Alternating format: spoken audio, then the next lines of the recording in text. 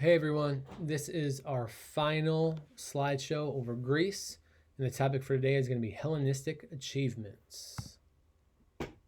Alexander founded Alexandria, Egypt, and that's going to be the center of this slideshow for today is Alexandria. Alexandria will become a huge trade center, partially because it had a spacious harbor on the Nile River Delta, which allowed easy access from pretty much anywhere in Europe or Western Asia. Egypt's wheat is going to be shipped all over Europe. And again, its location on the Mediterranean Sea is going to make that really, really easy to do. Alexandria's population is going to reach over 500,000 people, and people from all different cultures are going to live, work, and mingle together in Alexandria. The city of Alexandria is going to be divided into city blocks. This is going to be very similar to cities that we see today. They're going to also have wide streets lined with statues of Greek gods. So this is going to be a layout of what Alexandria would have looked like at that time. So you can see, if you didn't know this was Alexandria, this could easily be any like downtown setting of a city today. And then this is a drawing of what Alexandria could have looked like at that time as well. So this would have sort of been like a main street going right down Alexandria, so you can see just how wide that was, along with all of the buildings and houses and everything off in the distance. One final shot, this one's a little blurry, but this shows the Pharaoh's Lighthouse, which we'll talk about really quick here on the next slide, but you can see just how easily they were able to access the water based on this picture. They are going to have magnificent palaces overlooking the harbor. And one of the attractions is going to actually be Alexander's tomb. He was buried in a glass coffin. That seems really weird and gross because who wants to go see someone in a glass coffin? But there's actually a handful of famous leaders. Most of them are infamous and are not necessarily people that were friends of the United States. But there are some people that are buried in a glass coffin still today. And then the Pharaoh's Lighthouse, which we just saw on that last slide, was one of the 7 ancient wonders of the world. And it had a bronze mirror at the top that would reflect light from a blazing fire for all of those ships coming in to the harbor.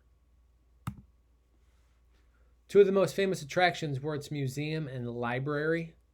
The museum is going to contain art, a zoo, gardens, and a dining hall.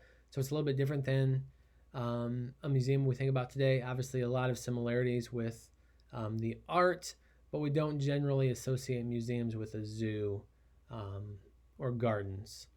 It was seen as a place of advanced study.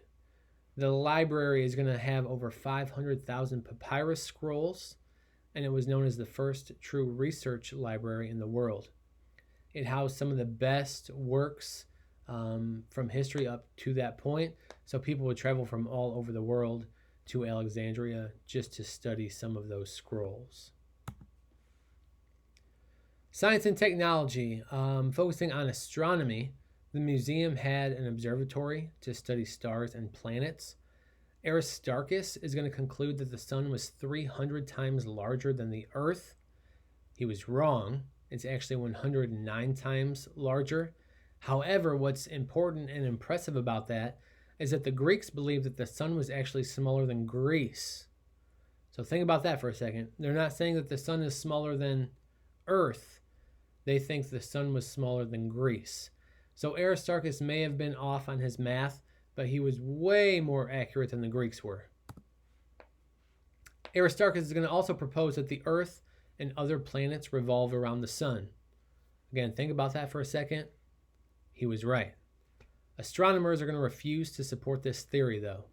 Ptolemy had said that the Earth was the center of the solar system, and that was the theory that people believed for hundreds and hundreds of years after this even. Eratosthenes is going to be the head of Alexandria's library. He's going to use geometry to accurately measure Earth's size. He estimated the size of the Earth was 24,662 miles. It was actually 24,860. So thousands of years ago, this man was able to use geometry to come within 200 miles of Earth's actual size. Euclid is going to create a book of geometry, and that book was used by scholars all the way up into the 1900s. Archimedes is going to also find the value of pi, which is going to give you the circumference of a circle. Statues to honor gods, depict heroes, and portray ordinary people were built during this time period. The largest statue was the Colossus of Rhodes, which is another one of the 7 ancient wonders of the world. Classical works showed people in perfect form. So when you look at statues in ancient Greece, they're going to look like super muscular and jacked and everything, and they're just going to be very proportional and perfect in their appearance. Realism, which is going to really become popular in this Hellenistic era, is going to show true details.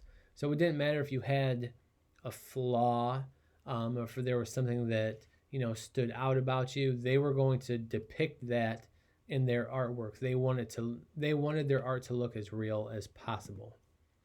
That is it for the slideshow on the Hellenistic era, and this is also the last set of notes and the last PowerPoint that we're going to have for Greece.